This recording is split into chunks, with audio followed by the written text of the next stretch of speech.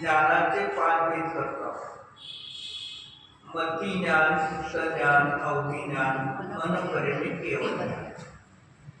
मग या पाचीमध्ये ज्ञान ते सामान्य ज्ञान ते सर्व जीवामध्ये आहे. आणि बाकीचे अनंत भगवान सोडून बाकीच्या जीवामध्ये ज्ञान विशेष आहे. अनंतापाशी ज्ञान सामान्य आहे आणि मती, श्रुत, अवधी, मन पर्याय हे विशेष आहे. बरोबर आहे का चुकत आहे? हे विशेष नाही. अनंतापाशी जे ज्ञान आहे ते सामान्य आहे आणि आपल्यापाशी ते विशेष आहे. गुण वेगळा आहे ना.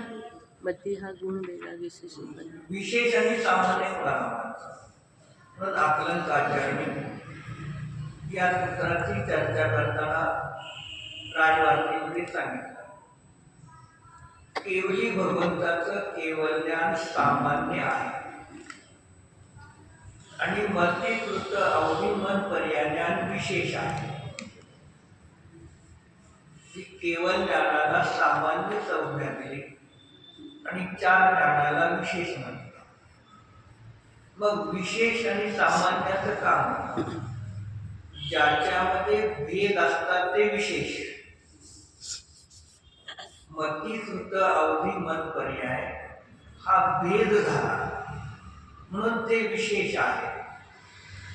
आणि केवळ ज्ञानामध्ये भेद आहे का? एकच केवळ, ते सामान्य.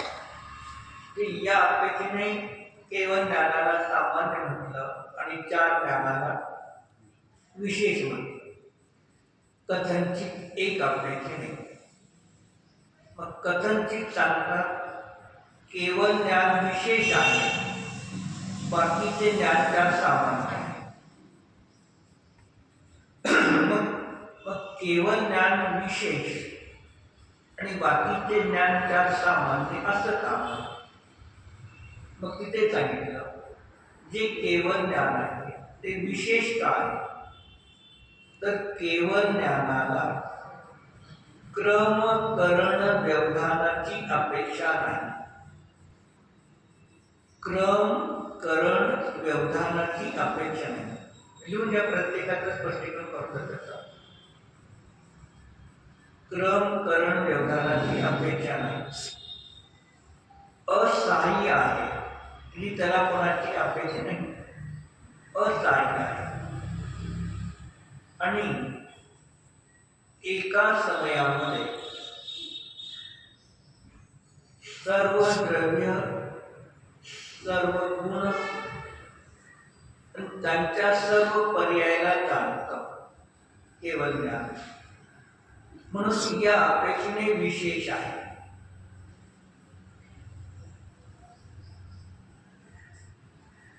आणि बाकीचे ज्ञान या प्रकारे जाणत नाही म्हणून ती सामान्य आहे. मग क्रम, करण आणि व्यवधान याचा अर्थ काय? क्रम म्हणजे क्रमाने.